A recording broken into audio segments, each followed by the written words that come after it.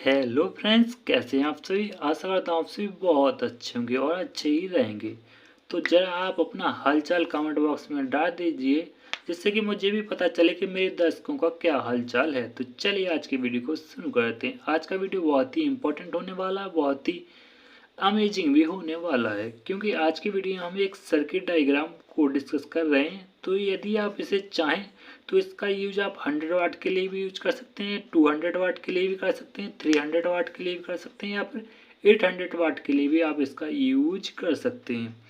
यानी करीब आप इसे इस प्रकार से डिजाइन कर सकते हैं कि आपको यहाँ पर 100 वाट से लेकर 800 या फिर 1000 वाट तक की आउटपुट पावर देखने को मिल जाएगी। तो चलिए यहाँ पर वीडियो को शुरू करते हैं। आपका ज़्यादा वक्त ना लेते हुए आपसे एक रिक्वेस्ट करना चाहूँगा कि इस चैनल को कृपया प्लीज़ सब्सक्राइब जरूर कर लीजिए, क्योंकि हमें भी मोटिवेशन मिलता रहता है और हम आपके लिए नए नए वीडियो यहाँ पर लाते रहेंगे। तो चलिए वीडियो को स्टार्ट करते हैं। तो देखिए ये इस प्रकार से हमारे यहाँ पर सर्किट डायग्राम रहा है। इस सर्किट डायग्राम को हमने pixel.com से लिया है। यदि आप देखना चाहें तो लिंक मैं आपको वीडियो को डिस्क्रिप्शन में अवेलेबल करा दूंगा। तो देखिए जैसा कि आप जानते हैं इनपुट स्टेज से हम हर सर्किट डायग्राम के एसटीडी स्टार्ट करते हैं। तो इनपुट स्टेज से ही हम यहाँ पर स्टार्ट करते हैं। तो देखिए यहाँ पर इनपुट सिग्नल देना होता है हमें यहाँ पर इस वाले पॉइंट पर। तो यहाँ पर मैं इन लिख देता हूँ, जिससे कि आपको यहाँ पर कोई भी कन्फ्यूजन ना हो। तो यहाँ पर मैंने इनपुट लिख दिया है, यानी इन दोनों पॉइंटों पर हमें यहाँ पर इनपुट सिग्नल देना होता है। इसके बाद हमारे यहाँ पर जो कैपेसिटर लगा हुआ है, यहाँ पर पोलराइज कैपेसिटर लगा हुआ है, जो कि यहाँ पर 4.7 माइक्रोफैराड का यहाँ पर पोलराइज कैपेसिटर है। यदि इसकी वोल्टेज की बात करें तो आप चाहें तो 10 वोल्ट का भी लगा सकते हैं, 16 वोल्ट का, 25 वोल्ट का, 63 वोल्ट का, 50 वोल्ट का। तो देखिए जो कम वोल्टेज के कैपेसिटर होते हैं वो आसानी से मार्केट में देखने को नहीं मिलते, इसीलिए मैंने यहाँ पर 63 वोल्ट लिखा है। आपको जितने भी वोल्टेज का यहाँ पर कैपेसिटर अवेलेबल हो जाए आप वो यहाँ पर ईजिली लगा सकते हैं, या फिर आप यहाँ पर पी लगा सकते हैं। तो देखिए यहाँ पर आप देख पा रहे हैं कि यहाँ पर कैपेसिटर लगाया है, इसे हम इनपुट कैपेसिटर बोलते हैं। तो यहाँ पर इनपुट देते हैं, इसके बाद ये ट्रांजिस्टर पर इनपुट यानी जो सिग्नल देते हैं वो यहाँ पर फीड होता है। इसके बाद इस ट्रांजिस्टर को कंडक्ट करने के लिए यानी इसकी बेस पर कुछ वोल्टेज के लिए यहाँ पर एक रजिस्ट्रेशन लगी होती है, जो कि यहाँ पर डायरेक्टली जीएनडी के साथ कनेक्ट होती है। तो देखिए यदि आप इस रजिस्ट्रेशन को निकाल देते हैं तो पूरा एम्पलीफायर यहाँ पर आपका साइलेंट मोड में आ जाएगा। आप इसमें सिग्नल भी देंगे तो भी आपका एम्पलीफायर वर्क नहीं करेगा, कोई भी यहाँ पर हनिंग या साउंड आपको देखने को नहीं मिलेगी। तो इस रजिस्ट्रेशन का काफ़ी महत्व होता है पूरे सर्किट को ऑपरेट करने के लिए। और इसी के पैरेलल में यहाँ पर एक कम वैल्यू का यहाँ पर पीएफ कनेक्ट किया जाता है। इसे यहाँ पर 1 नैनोफैराड का पीएफ लगाया गया है। इस पीएफ का काम क्या होता है कि अनसेसरी सिग्नल को ये एम्पलीफायर में फीड नहीं होने देता है। तो आपने देखा होगा कि एम्पलीफायर ऑन रहता है थोड़ी हार्निंग आती है, तो इस पीएफ के लगाने से ये सारी प्रॉब्लमें हमें यहाँ पर बहुत ही कम देखने को मिलती हैं। हालांकि यहाँ तक ऐसा कोई अरेंजमेंट नहीं किया गया जिससे कि यहाँ पर बिल्कुल जीरो नॉइस की पैदा किया जा सके, यानी जीरो नॉइस। एक सेकेंड, मेरा माइक चला गया है।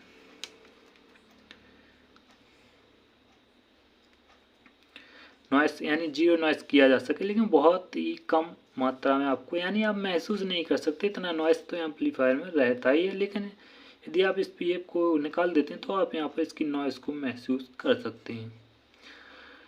तो देखिए यहाँ पर इनपुट सिग्नल पर यहाँ पर यानी इस इनपुट ट्रांजिस्टर, इसे हम इनपुट ट्रांजिस्टर बोलते हैं, इसे हम डिफरेंशियल स्टेज का ट्रांजिस्टर कहते हैं। ये हमारा फीडबैक के लिए यूज होता है, ये हमारे यहाँ पर इनपुट के लिए यूज होता है। तो देखिए यहाँ पर इन दोनों ट्रांजिस्टरों के एमीटरों पर एक 220 ओम का प्रीसेट लगा हुआ है। इस प्रीसेट को हम यहाँ पर DCO बोलते हैं।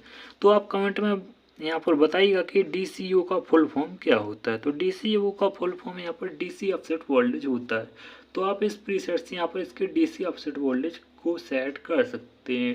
संक्षेप में यहाँ पर DC ऑफसेट वोल्टेज का मैं यहाँ पर इंट्रोडक्शन दे देता हूँ, यानी परिचय दे देता हूँ कि आखिर DC ऑफसेट वोल्टेज क्या होता है। तो देखिए जो DC ऑफसेट वोल्टेज होता है, जहाँ पर हम स्पीकर को कनेक्ट करते हैं वहाँ पर कुछ DC वोल्टेज देखने को मिलते हैं, करीब ये 1 वोल्ट से मिली वोल्ट के बीच में आपको यहाँ पर देखने को मिलते हैं। तो इस वोल्टेज को जीरो करने के लिए हम यहाँ पर ये प्रीसेट का यूज करते हैं। आखिर ये DC ऑफसेट वोल्टेज आता क्यों है?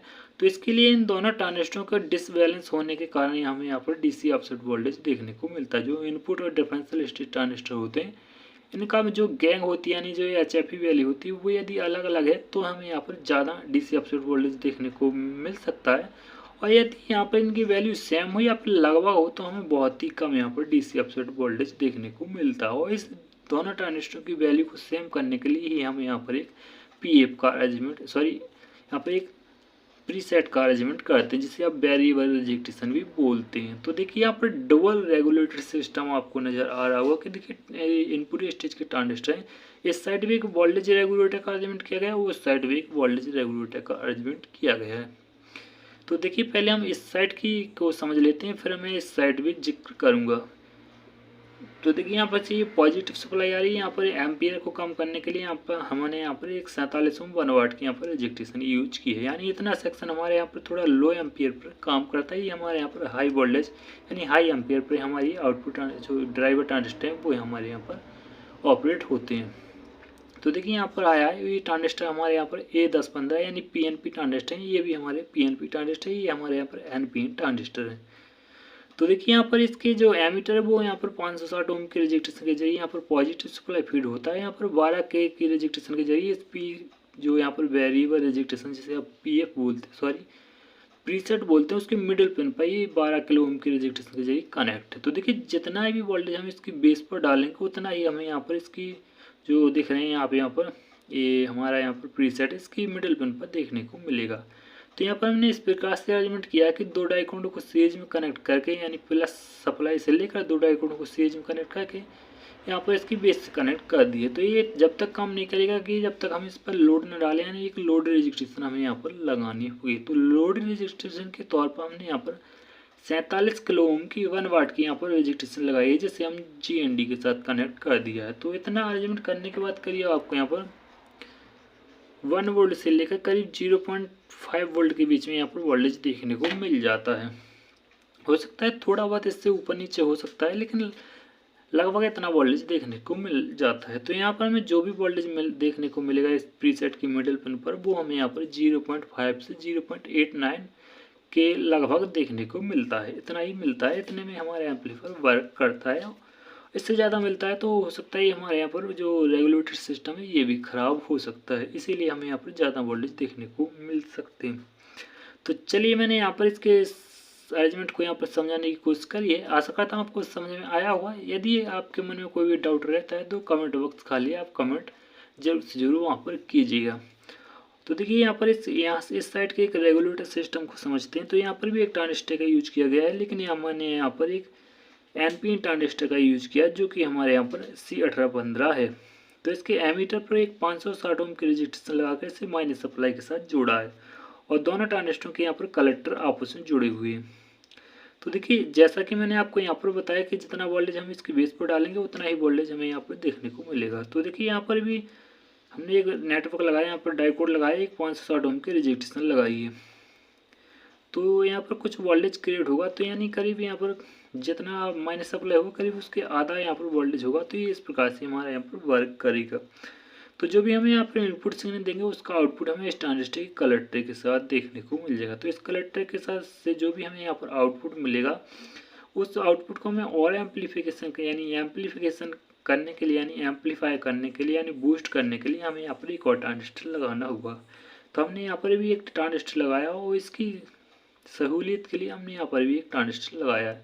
हालांकि यदि आप इस ट्रांजिस्टर को रिमूव करना चाहें तो रिमूव कर सकते हैं, जो कि मैं आपको यहाँ पर कल की वीडियो में बताऊंगा। तो सॉरी साथियों, वीडियो काफ़ी लंबा हो चुका है, तो आज की वीडियो में इतना ही। इससे आगे की STD हम नेक्स्ट वीडियो में करते हैं, क्योंकि वीडियो काफ़ी यहाँ पर लंबा हो चुका है और वीडियो लंबा होने के कारण वीडियो काफ़ी लेंथी हो जाता है, आपको भी शायद समझने में कोई प्रॉब्लम आती है। तो फिलहाल मेरा डाटा का बजट भी इतना नहीं कि मैं आपको करीब 1-1.5 घंटे का वीडियो यहाँ पर अवेलेबल करा सकूँ। तो सॉरी, लेकिन मिलते हैं नेक्स्ट वीडियो में आगे की STD के साथ। तो आशा करता हूँ आपको वीडियो पसंद आया हो, तो इस वीडियो को लाइक दें, चैनल को सब्सक्राइब जरूर से जरूर कर लीजिएगा और नेक्स्ट वीडियो का स्टॉप चाहिए कमेंट करना ना भूलें।